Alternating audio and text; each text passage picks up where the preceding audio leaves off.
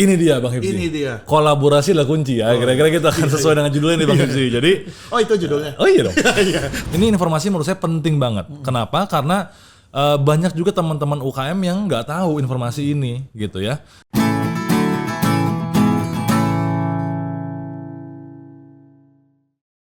Salam sejahtera teman bos, kembali lagi di Bosscast, podcast buat bos dan calon bos bersama saya Hipsi Oi. Sebagai salah satu pilar perekonomian Indonesia, UMKM memiliki peran dan kontribusi yang besar banget. Di antaranya perluasan kesempatan kerja dan penyerapan tenaga kerja. Berdasarkan data Kementerian Koperasi dan UKM Indonesia, jumlah UMKM di Indonesia sekarang ini mencapai 65,5 juta di tahun 2019 dan terus mengalami peningkatan. Nah sayangnya UMKM yang maju saat ini tuh masih terpusat hanya di beberapa daerah aja. Karena kolaborasi ini adalah kunci.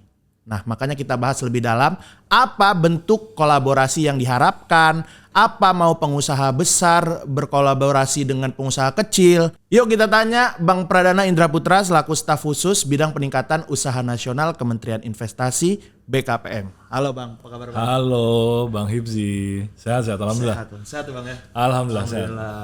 Tadi kita ngobrol-ngobrol. Yoi. Ternyata Bang disapanya Bang Indra. Dana aja. Bang Dana ya. Yoi. Oke, Bang Dana ini boleh Bang minta dana Bang.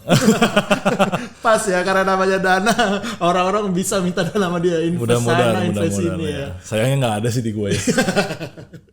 Luar biasa loh. Tadi kita udah spoiler dikit nih Bang. Kita akan ngebahas tentang UKM lagi.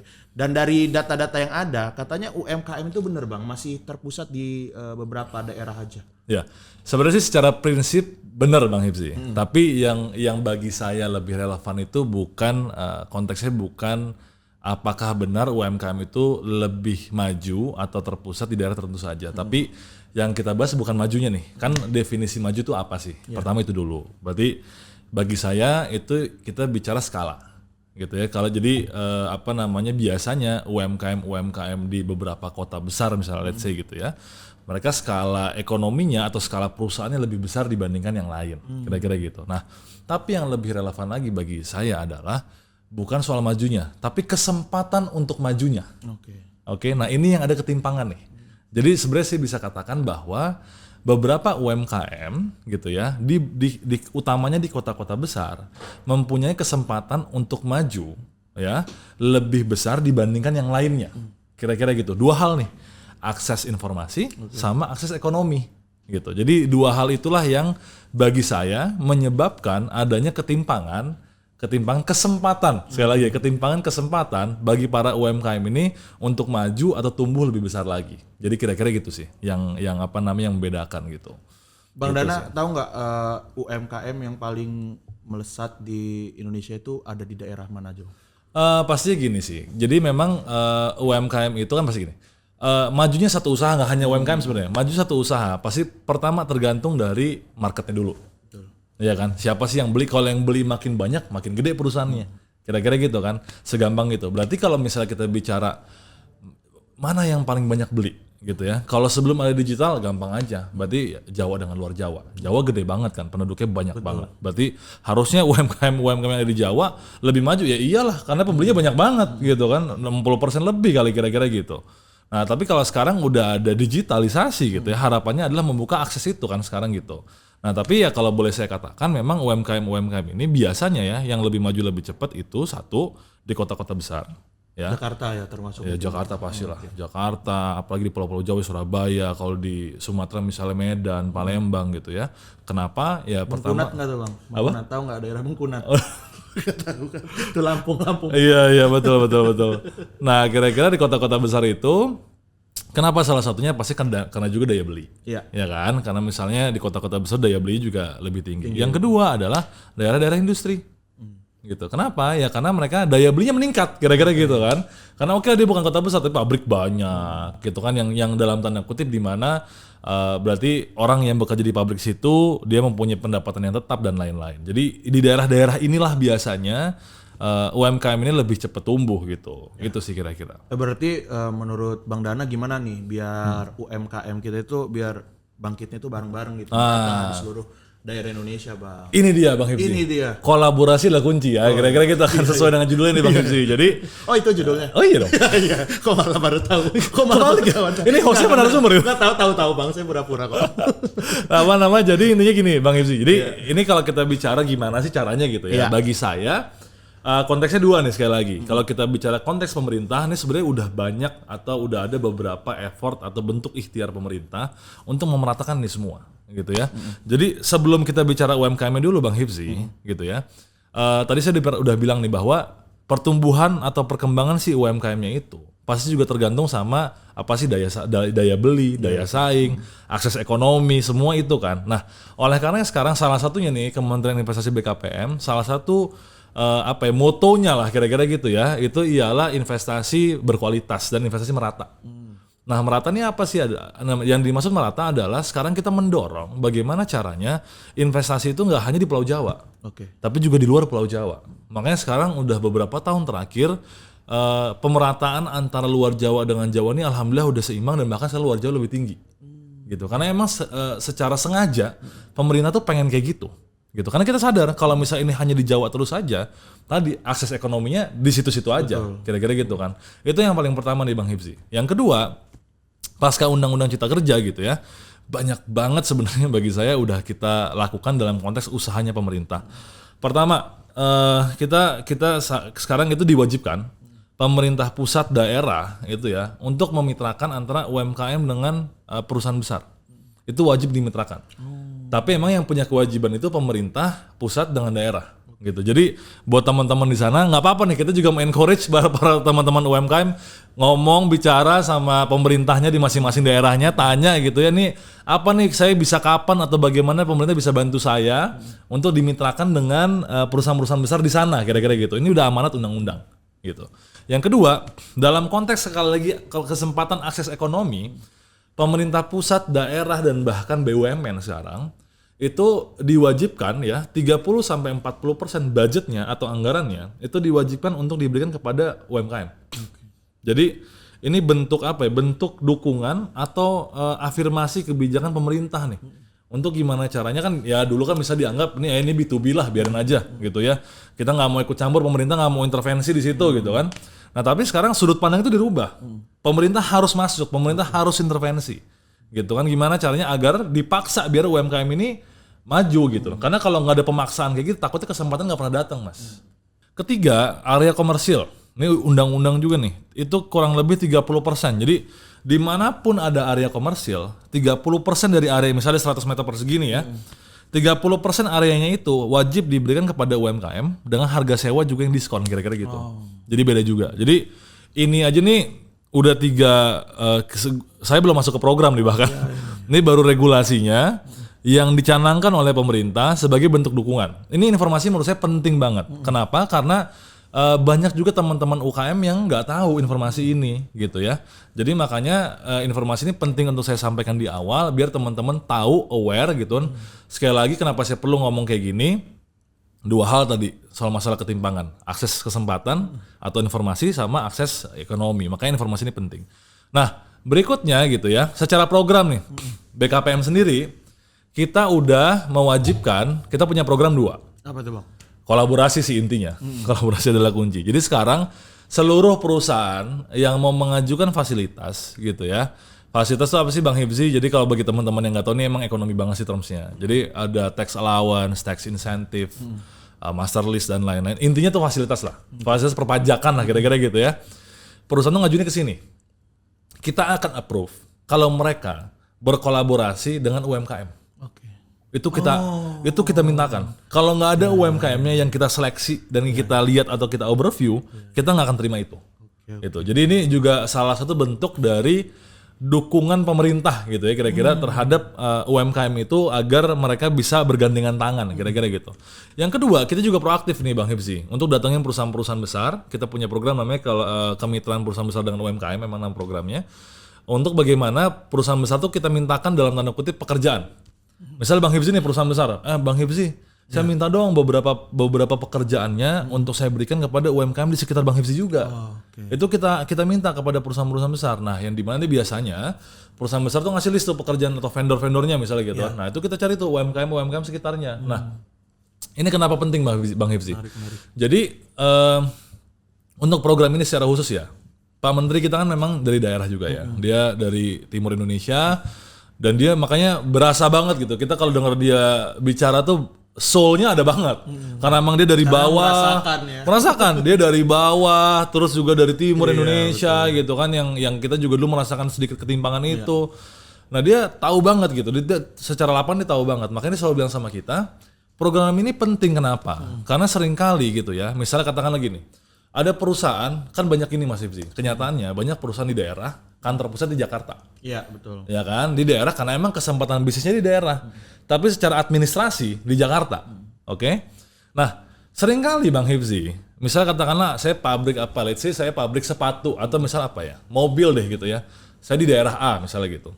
Terus saya butuh vendor kaca, misalnya saya butuh vendor apalagi konsumsi misalnya apa namanya catering. Apapun ya, misalnya sepatu untuk karyawan saya dan lain-lain. Nah, biasanya saya nggak bisa bilang ini umum lah, nggak juga. Tapi terkadang ada kasus di mana perusahaan-perusahaan itu akhirnya menggandeng partnernya itu teman-temannya dia juga, yang dari Jakarta juga, kira-kira gitu loh. Nah, ini yang kita pengen jangan sampai terjadi, gitu loh. Kita pengen dorong, ya sebenarnya sih nggak apa-apa juga, halal juga sih sebenarnya. Cuman demi pemerataan, makanya kementerian itu mendorong bagaimana caranya kemitraan itu harus benar-benar dengan UMKM atau mitra di daerah sekitarnya. Ada beberapa yang memang dia tidak perusahaan-perusahaannya tidak melibatkan masyarakat sekitar. Akhirnya ketika ada pabrik di sana, ya masyarakatnya nggak ikut sejahtera. Ya akhirnya mereka teriak gitu. Nah, ini yang kita jaga juga gitu. Ini kita jaga agar mereka juga bisa partisipasi di sana. Jadi inilah yang udah pemerintah lakukan. Oke, nah ini konteks pemerintah nih, ini panjang nih. Ya nggak apa-apa Bang. Nah yang kedua dalam konteks UMKM-nya ya, Bang Hifzi ya. Dalam konteks UMKM-nya Bang Hifzi, teman-teman UMKM sekali lagi tadi saya ulang-ulang terus nih, akses informasi atau kesempatan sama akses ekonomi. Nah akses informasi teman-teman semua kita udah masuk era digitalisasi di Bang Hifzi. Makanya teman-teman harus sering-sering cari informasi. Kan beda nih, kalau teman-teman tadi yang belum tahu sekarang udah tahu, oh sekarang pemerintah daerah itu 40% harus untuk UMKM ya. Wah kalau gitu sekarang kan dia harusnya menagih. Oh iya, bisa nanya-nanya kan? Bisa nanya-nanya nih, Pak, bener nggak sih Pak? Coba dibaca undang-undang misalnya gitu. Oh Pak, ini bener nih Pak. Kapan nih prosesnya gimana? Prosedurnya gimana? Bisa kayak gitu kan? Jadi informasi itu penting lah gitu. Jadi bagi saya adalah teman-teman UMKM harus aware informasi. Jangan males, harus cari tahu, googling apalah segala macam, update itu penting gitu. Yang kedua, teman-teman UMKM, kita nggak bisa bohong bahwa untuk bermitra pastinya dibutuhkan prasyarat-prasyarat.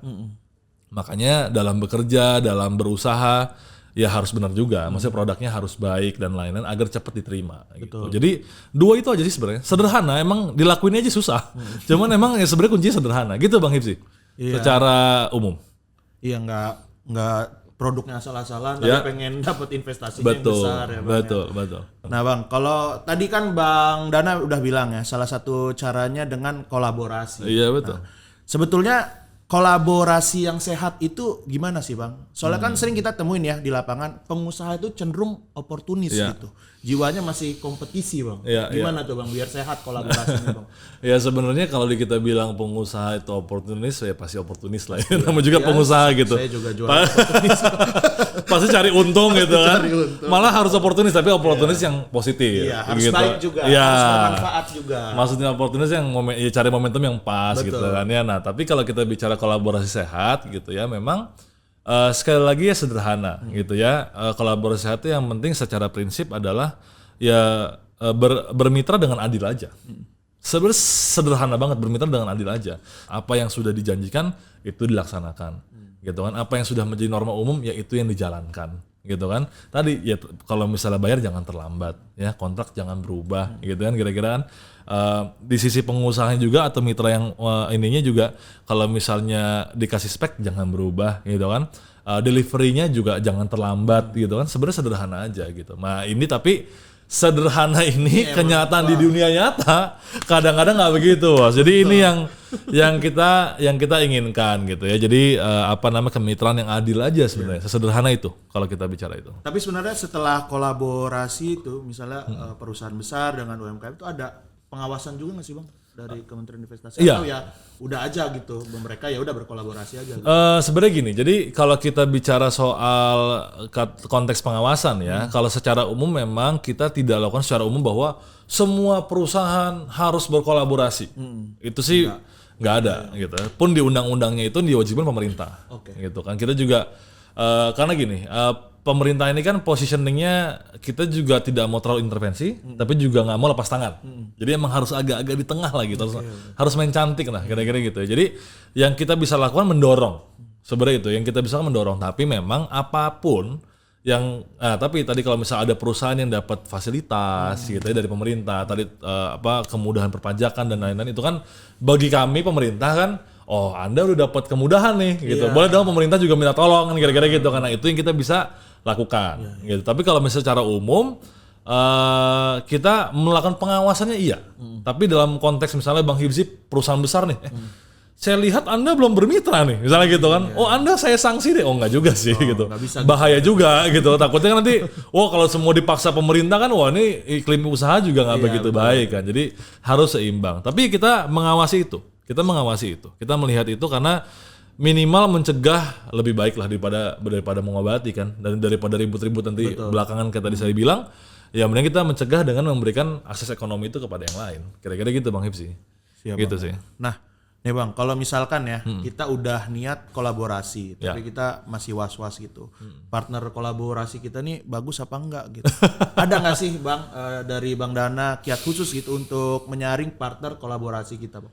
Iya, jadi kalau misalnya kita bicara menyaring mitra kolaborasi ya, ini konteksnya sih luas ya. Ini ada beberapa konteks yang saya ingin bicara lah gitu ya. Jadi yang paling pertama konteks kolaborasinya itu tips khusus ya. Kalau bagi perusahaan besar, let's say ya. Kalau bagi perusahaan besar itu sekarang kan zamannya udah cukup maju. Ya, apalagi sekarang ada OSS. Dong, perizinan mudah ya kan. Betul. Jadi sekarang gampang aja kalau bagi perusahaan besarnya minta aja dulu legalitasnya. Karena udah nggak ada alasan lagi nih. Sekarang dari HP pun bisa, dari laptop pun udah bisa ngajuin izin, apalagi kalau UMKM atau di kita UMK sih mikro kecil. Itu cukup gak nyampe setengah jam, izinnya keluar gitu. Jadi yang paling pertama legalitasnya dulu, Bang Hibzi, yang bisa dilihat. Yang kedua, lihat aja track recordnya. Gitu kan, minta profilnya gitu. Selama ini Anda mengerjakan apa? Gitu kan, cocoknya sama kebutuhan kita, gitu kan? Dari digital juga mungkin sekarang gampang banget. Gampang, bisa di Google, bisa dilihat dan lain-lain gitu. Jadi itu yang paling utama. Sama yang ketiga biasanya memang ya mau nggak mau sih dites dulu ya, gitu. Jadi ini yang paling umum lah. Kan kita juga namanya menikah biasanya juga pacaran, gitu kan? Ya juga ya kalau nggak pacaran ta'aruf. Tapi intinya sama-sama ada prosesnya, ada perkenalannya, ada tesnya gitu kan, nggak tiba-tiba datang langsung nikah aja. nggak ada orang itu dia bahaya kan. Jadi cuma dua, kalau nggak pacaran dulu ya taruh dulu, tapi dua-duanya sama-sama perkenalan, sama-sama ngetes dulu kan, kira-kira gitu kan gampangnya. Jadi pasti dites dulu, dilihat dulu. Katakanlah kalau bermitra misalnya 3 bulan misalnya gitu ya, dicoba dulu, oh ini cocok nih ya lanjut gitu kan. Jadi itu bagi perusahaan besar gitu ya. Terus kalau bagi UMKM ya sama juga. Kalau kita melihat perusahaan besar kan, apalagi perusahaan besar ya lebih gampang lagi di track. Kalau UMKM mungkin agak lebih susah gitu. Tapi kalau perusahaan besar lebih gampang di track, bisa di Google. Perusahaan ini track recordnya bagus gak ya misalnya gitu. Ternyata pernah ribut sama warga nih misalnya gitu. Ributnya kenapa ya misalnya gitu. Gak usah lah. Bisa dicari tahu misalnya gitu. Atau mohon maaf sebelumnya misalnya katakanlah, perusahaan ini kayak laporan keuangan lagi merugi nih misalnya gitu. Wah nggak mungkin nih, saya bisa terlambat bayar gitu kan ya gitu. Ini kan bisa di Google lah gitu. Jadi ini yang bisa dilihat gitu ya, yang bisa dilihat. Terus yang kedua bagi saya gitu ya, kalau dalam konteks kolaborasi yang terpenting adalah visi. Menurut saya. Jadi sebagai pengusaha kadang-kadang kita harus juga melihat bahwa prinsipnya gini, nggak ada apapun, nggak hanya perusahaan sih menurut saya, secara prinsip ya, nggak ada apapun yang bisa tumbuh sendirian. Betul. Pasti tumbuh kembang bareng-bareng gitu, pasti menurut saya gitu. Nah ini oleh karenanya percayalah bahwa tadi kolaborasi adalah kunci. Kita harus punya, secara prinsip harus punya kesadaran bahwa oke, kalau saya mau maju harus bermitra yang mempunyai opportunity untuk kemitraan jangka panjang. Jangan misalnya katakanlah baru sebulan 2 bulan habis itu putus, ganti lagi partnernya, sebulan 2 bulan ganti lagi partnernya. Menurut Bang Dana nih, sebaiknya kolaborasi dulu baru ngurus perizinan legalitas atau yang ngurus dulu perizinan baru kolaborasi. Oke. Baiknya yang mana, Bang? Gini Bang Hifzi, Iya. jadi kalau dulu biasanya, apalagi zaman kita dulu juga usaha gitu ya, itu biasanya orang kolaborasi dulu baru perizinan. Oke. Kalau dulu, karena perizinan susah. Kira-kira gitu Bang Hifzi, karena perizinan susah, gitu kan. Nah, tapi sekarang karena eranya udah berubah, gitu ya, yang bagi saya wah udah jauh lah Bang. Jadi kalau misalnya ditanya mana yang lebih penting, ya sekarang ngurus izin dulu aja, orang gratis kok. Betul. Ya kan gratis kok, malah dengan adanya izin itu Bang Hifzi bisa membuka kesempatan seluas-luasnya Bang. Ini yang teman-teman harus sadari gitu. Kenapa? Karena gini Bang Hifzi, ini saya yakin nih teman-teman di luar sana karena banyak yang takut Bang. Betul. Takut, ngurus izin nanti apa ya, waduh nih bayar lah. Nanti kena pajak yang berlebihan lah misalnya gitu, dipantau misalnya gitu atau apalah. Wah, ketakutan itu banyak banget. Tapi ini bagi saya sesuatu yang wajar. Nama juga pengusaha lah, mana sih yang mau rugi gitu kan. Ini bukan yayasan sosial kan, ini pengusaha kan kira-kira gitu kan. Jadi pasti orang nggak mau rugi gitu. Nah Tapi ini itu semua anggapan itu salah, Bang. insya Allah salah. Insya Allah salah. Insya Allah salah. Justru Kenapa? ada kelebihannya ya. Kelebihannya, benar. Jadi yang pertama adalah sekarang itu dengan adanya perizinan tadi, pertama dibukanya kesempatan kolaborasi. Oke.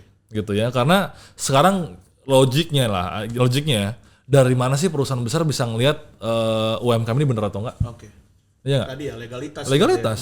Yang menyatakan bahwa dia itu benar legalitas gitu. Nah, ini makanya kenapa legalitas itu penting. Karena itu menjadi penanda bahwa Anda ini teman-teman UMKM nih Anda ini valid. Anda ini legal, Anda ini legit gitu. Jadi para calon mitra nih, perusahaan-perusahaan besar yang mau ngambil Anda sebagai vendor atau mau ngambil Anda sebagai mitra penjualan, let's say Nggak ragu ya Bang ya. Iya, atau distributor lah, nggak ragu lagi. Oh, ini udah resmi dinyatakan legal oleh pemerintah. Minimal itu dulu, ya. Yang kedua, perbankan. Jadi ibaratnya sekarang yang tadinya itu dulu sebelum Undang-Undang Cipta Kerja itu UMKM yang level kecil, mikro, itu cuma bisa dapat kredit yang kecil juga. Sekarang dia bisa lebih gede dapat kreditnya. Gitu. Jadi udah nggak kecil, udah nggak puluhan juta lagi, bisa 500 juta. Wow. Kira-kira gitu loh sekarang ya, pasca Undang-Undang Cipta Kerja. Nah, untuk dapat itu apa sih? Ya, legalitas juga. Oke. Jadi 3 itulah, dia akses ekonomi untuk kemitraannya, perbankannya juga, dan juga untuk mengambil program pemerintahnya gitu. Jadi ini yang pastinya secara logik akan juga meyakinkan konsumen lah. Bagi teman-teman yang mungkin belum tahu, sekarang itu usaha perseorangan pun bisa Bang Hifzi. Oke. Jadi Bang Hifzi ini punya misalnya punya podcast di rumah gitu ya atau apapun lah. Bang Hifzi sendirian, itu Bang Hifzi bisa apply NIB menjadi entitas usaha perseorangan. Itu bisa gitu. Dan nggak usah jauh-jauh. Saya pun pernah applyin buat keluarga saya. Saya applyin sendiri. Pernah nanya ada salah satu keluarga saya lah, jualanmu kena. Oke. Mas Dana gimana segala macam. Jadi ini saya bukan ngomong doang nih, ini semi pelaku juga sebenarnya gitu. Akhirnya saya bantuin sendiri. Ya. Iya, saya loginin sendiri, saya bantu nih, kan orang tua kan gitu ya. Maksudnya kurang aware gitu, saya bantu dikit, dia masuk, udah saya ajarin, udah ngerti, langsung keluar izinnya. Oh, cepet juga sekarang. Oh iya, udah beda zaman tante saya bilang gitu kan. Oh, ini zaman muda. Gitu. Jadi sekarang udah jauh lebih enak lah. Jadi itulah kira-kira kalau to sum up ya, maksudnya ya perizinan tuh kenapa penting, apa manfaatnya gitu ya, dan tadi dengan adanya izin usaha maka kolaborasi akan lebih mudah gitu Bos. Nah, teman Gitu, bos kira-kira. berarti sekarang banget ya wajib langsung kamu izin urus legalitasnya. Oh harus. Saya juga harus. Oh harus. malah langsung habis pulang langsung saya urus izin. Langsung. Nah Bang, kalau misalnya tadi ngomongin lagi kalau kolaborasi ya susah kan. Dibenerin kayak pelawak-pelawak. Kolaborasi. Nah kalau tadi kita ngomongin kolaborasi. Nah yang bisa kolaborasi itu sebenarnya siapa aja sih Bang? Investor dengan UMKM aja? Apa antar UMKM juga bisa kolaborasi Bang? Oh bisa dong, bisa. Contoh gini Bang Hibzi, contoh kolaborasi itu sebenarnya banyak. Kalau kita Jadi kalau tadi kan kita bicara kolaborasi itu dalam konteks perusahaan besar dengan UMKM. Itu contohnya banyak lah. Dia bisa dalam bentuk pekerjaan, bisa dalam bentuk misalnya penjualan, distributor dan lain-lain. Itu juga lumayan loh. Maksudnya bagi secara teknis ya, bagi barang-barang yang utamanya bahan pokok, jadi distributor tuh mahal loh. Iya betul. Karena udah pasti kebeli kira-kira gitu. Yang ya kita tahu lah. Saya nggak boleh sebut merek soalnya kan.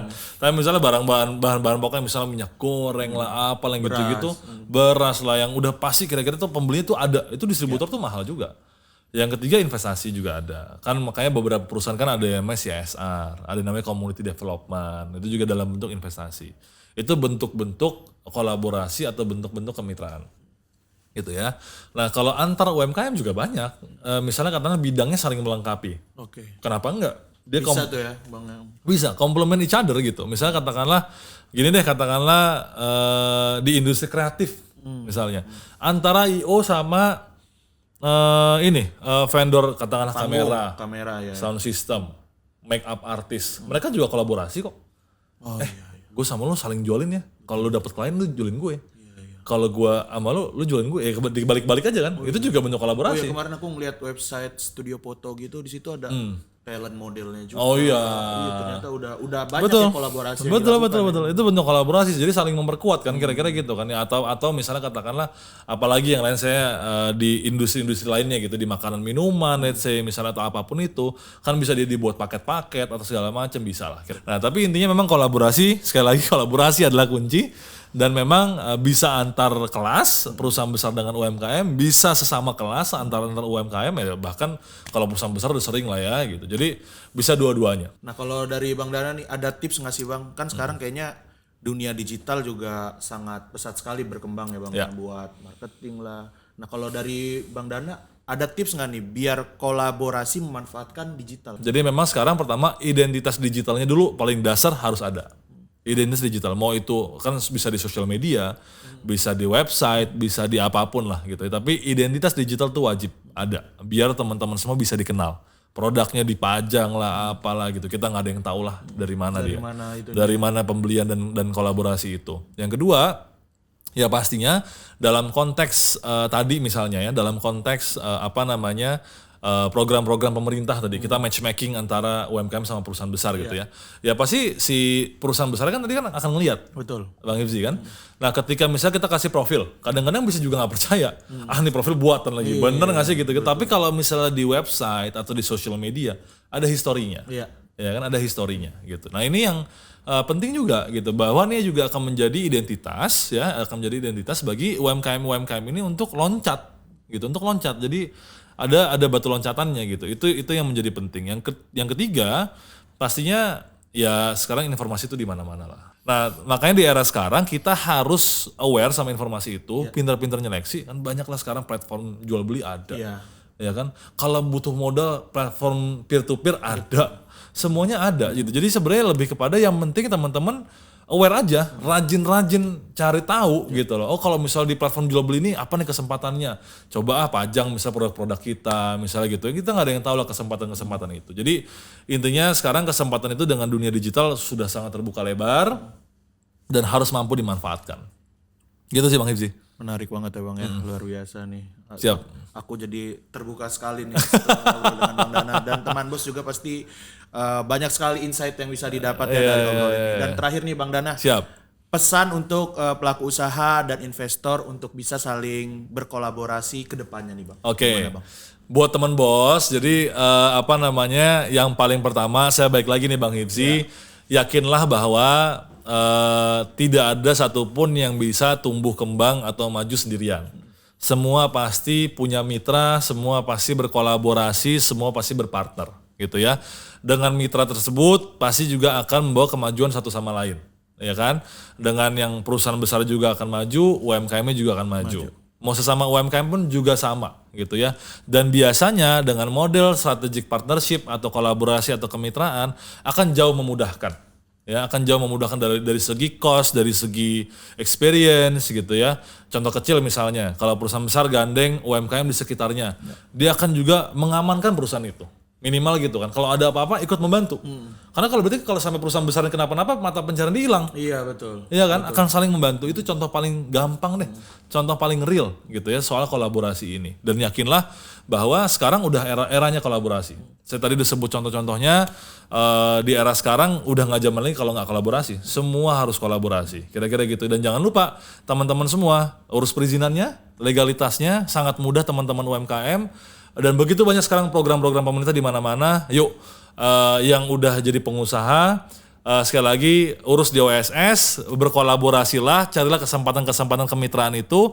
Yang belum jadi pengusaha, yuk beranikan diri jadi pengusaha. Ini penting juga nih Bang Hifzi. Beranikan diri jadi pengusaha. Beda sekarang udah beda banget zamannya. Bagi saya nih Bang Hifzi, ini kesempatan yang paling tepat untuk jadi pengusaha. Kalau bukan sekarang kapan lagi? Gitu sih kira-kira. Jadi gitu ya.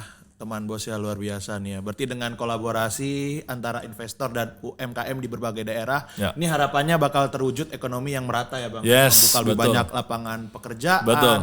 Dan tentunya juga berpengaruh baik pada ekonomi Indonesia. Betul. Ya. Oke kalau gitu terima kasih Bang Pradana ya. Terima kasih juga teman bos yang udah ngikutin pembahasan seru kita berdua nih. Yoi. Asik nih kalau ngobrol sama yang muda-muda gini kan wah, banyak sekali yang bisa saya dapatkan. Dan saya juga sebagai pengusaha nih, pengusaha kecil Bang. Abisnya langsung izinnya saya urus, terus juga nanti saya ngobrol-ngobrol lagi sama Bang Dana ya. Kalau gitu terima kasih semua teman bos, sampai jumpa di episode Bosscast berikutnya. Salam. Terima kasih Bang Dana. Thank you Bang Hifzi. Thank you semuanya.